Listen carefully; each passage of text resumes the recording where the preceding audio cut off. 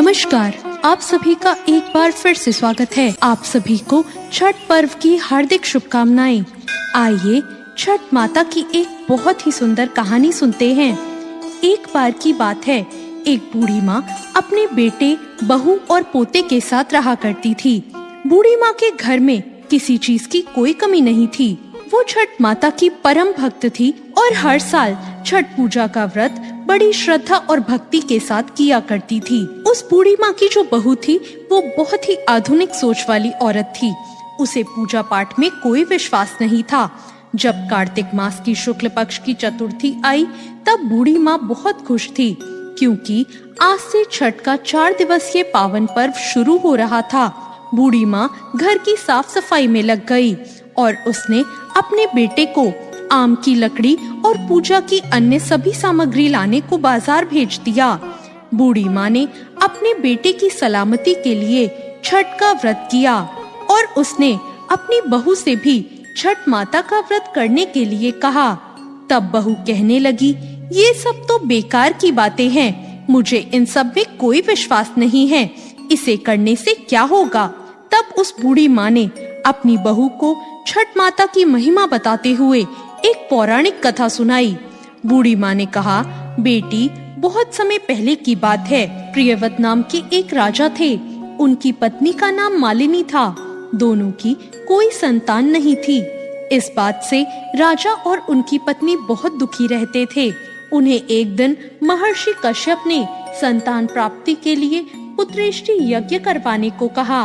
उन्होंने महर्षि कश्यप के द्वारा पुत्रेष्टि यज्ञ करवाया। इस यज्ञ के फलस्वरूप रानी गर्भवती हो गई। 9 महीने बाद उन्हें संतान सुख तो प्राप्त हुआ, लेकिन रानी का पुत्र मरा हुआ था। इस बात का पता चलने पर राजा को बहुत दुख हुआ। संतान शोक में राजा ने आत्महत्या करने का मन बना लिया, लेकिन जैसे ही राजा ने आत्महत्या करने की कोशिश की, उनके सामने एक सुंदर देवी प्रकट हो गई। देवी ने राजा को कहा, मैं देवी सृष्टि हूँ। मैं लोगों को पुत्र का सौभाग्य प्रदान करती हूँ। इसके अलावा जो सच्चे भाव से मेरी पूजा करता है, मैं उसके सभी प्रकार के मनोरथ को पूर्ण कर देती हूँ। यदि तुम मेरी पूजा करोगे तो मैं तुम्हें पुत्र रत्न प्रदान करूँगी। देवी की बातों से प्रभावित होकर राजा ने उनकी आज्ञा का पालन किया। राजा और उनकी पत्नी ने कार्तिक शुक्ल पक्ष की षष्ठी तिथि के दिन देवी षष्ठी की पूरी विधि विधान से पूजा की। इसके फलस्वरूप उन्हें एक सुंदर पुत्र की प्राप्ति हुई। तभी से छठ का पावन पर्व मनाया जाने लगा। तब उस बूढ़ी माँ ने अपनी बहू से कहा, बेटी, छठ माता की महिमा तो ऐसी है कि स्वयं भगवान श्री राम तथा माता सीता ने भी छठ का व्रत करके भगवान सूर्य देव का आशीर्वाद प्राप्त किया था। महाभारत काल में दानवीर कर्ण और पांडव ने भी महाभारत के समय छठ का व्रत किया था। ये सब सुनकर वो आधुनिक सोच वाली बहू बोली, ये सब तो मनगढ़ंत कहानी है, मैं इन पर विश्वास नहीं करती। ये सुनकर बूढ़ी माँ छठ माता से क्षमा मांगने लगी और बहू को फिर से समझाने की कोशिश करने लगी कि बेटी, हजारों सालों से आ रही इस परंपरा का मजाक मत उड़ाओ तथा तुम मेरे पोते की दीर्घ आयु के लिए छठ माता का पूजन करो। अपनी सास की बातों को सुना अनसुना करके वो वहाँ से चली गई। बूढ़ी माँ ने बड़ी श्रद्धा के साथ नहाए खाए का दिन किया और उसकी बहू ने पूरा दिन मौज मस्ती में बिता दिया। अगले दिन छठ पर्व का दूसरा दिन यानी कार्तिक मास की शुक्ल पक्ष की पंचमी आई। संध्या काल में जब बूढ़ी माँ ने खीर रोटी का प्रसाद दिया तो फिर से बहू ने कहा, माँ, इतना कठिन निर्जला व्रत करने का क्या फायदा? तुम केवल अपने शरीर को कष्ट दे रही हो। यह सुनकर बूढ़ी माँ ने फिर से उसे छठ माता की महिमा समझाने की कोशिश की, लेकिन बहू ने उन सब बातों को अनसुना कर दिया और अपने कमरे में जाकर सो गई। वैसे तो बूढ़ी माँ कई साल से अपनी बहू को छठ माता की महिमा बताने की कोशिश कर रही थी और हर साल उनकी बहू इसी प्रकार उसे अनसुना कर देती थी, परंतु इस बार न जाने क्यों बूढ़ी माँ का दिल बहुत घबरा रहा था और वो बार बार छठी माता से प्रार्थना कर रही थी, माँ, इस बच्ची को क्षमा करना, ये अभी नादान है, आपकी महिमा नहीं जानती। अगले दिन कार्तिक मास की षष्ठी तिथि थी।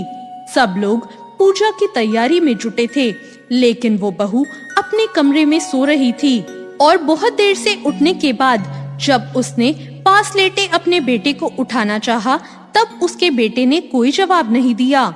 ये देखकर वो बहू बहुत घबरा गई और भागी भागी अपने पति और सास के पास गई और उन्हें ये सब बताया कि बेटा उठ ही नहीं रहा। बूढ़ी माँ और उसका बेटा कमरे में आ गए और उन्होंने भी बच्चे को जगाने की कोशिश की, परंतु वो नहीं जगा। फिर वो तीनों बच्चे को लेकर अस्पताल गए। डॉक्टर ने बच्चे की जांच की और देखा कि बालक की सांसें तो रुकी हुई है।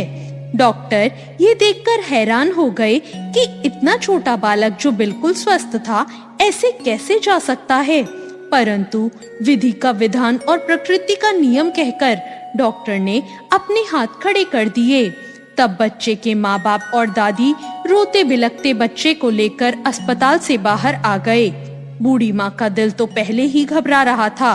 पोते की सांसें चली जाने पर उस बूढ़ी माँ की जुबान पर केवल एक ही शब्द थे, हे छठी माता, क्षमा कर दो, मेरे पोते के शरीर में सांस भर दो। तुम तो पुत्र देने वाली हो, उनका पालन और उनका कल्याण करने वाली हो। तुम समय से पहले उनके प्राण कैसे ले सकती हो? यदि हमसे कोई भूल हुई है तो हमें क्षमा कर दो। जैसे ही बूढ़ी औरत इस तरह विलाप कर रही थी, उसी समय एक अनजान औरत कहीं से वहां आ गई और बूढ़ी माँ की बहू से कहने लगी, छठी मैया किसी के भी असमय प्राण नहीं लेती। तुमने अवश्य ही कुछ ऐसी भूल की है जिससे माता बहुत नाराज हो गई। आज छठ का पावन पर्व है। पूरी श्रद्धा से छठ माता को याद करो और विधि पूर्वक व्रत करने का संकल्प लो। तुम्हारा पुत्र अवश्य ही जी उठेगा। शोक में डूबी हुई माँ के लिए ये शब्द उम्मीद की किरण लेकर आए और ना जाने कहां से बहू के अंदर एकदम श्रद्धा का संचार हो गया। तब बहू ने आंखें बंद करके छठी माता को याद किया और उनसे माफी मांगी और विधि पूर्वक छठ का व्रत करने का संकल्प लिया। जैसे ही बहू ने आंखें खोली, उसने देखा कि उसका बच्चा आंखें खोलकर हंस रहा है। ये करिश्मा देखकर सब परिवार वाले आश्चर्यचकित हो गए। बच्चे को जीवित देखकर जैसे ही उस अनजान औरत को धन्यवाद देने के लिए उन्होंने सिर घुमाया, तो देखा वहाँ कोई नहीं था। वो समझ गए कि साक्षात देवी छठी माता ही हमारे पास आई थी, जो स्वयं हमें छठ माता के व्रत की महिमा का ज्ञान कराने के लिए यहाँ आई थी। उसके बाद बहू ने अपनी सास के साथ मिलकर पूरी श्रद्धा से पूजा की तैयारी की और शाम को घाट पर जाकर सूर्य देव को अर्घ दिया और अगले दिन उषा अर्घ दिया। हे छठ माता, जैसे आपने अनजान बनकर बूढ़ी माँ के पोते की रक्षा की, वैसे सबके बच्चों की रक्षा करना। तो ये थी छठी माँ की महिमा की एक बहुत ही सुंदर कहानी। आपको ये कहानी कैसी लगी कमेंट करके जरूर बताएं। साथ ही मेरे चैनल सब्सक्राइब करना ना भूलें। धन्यवाद।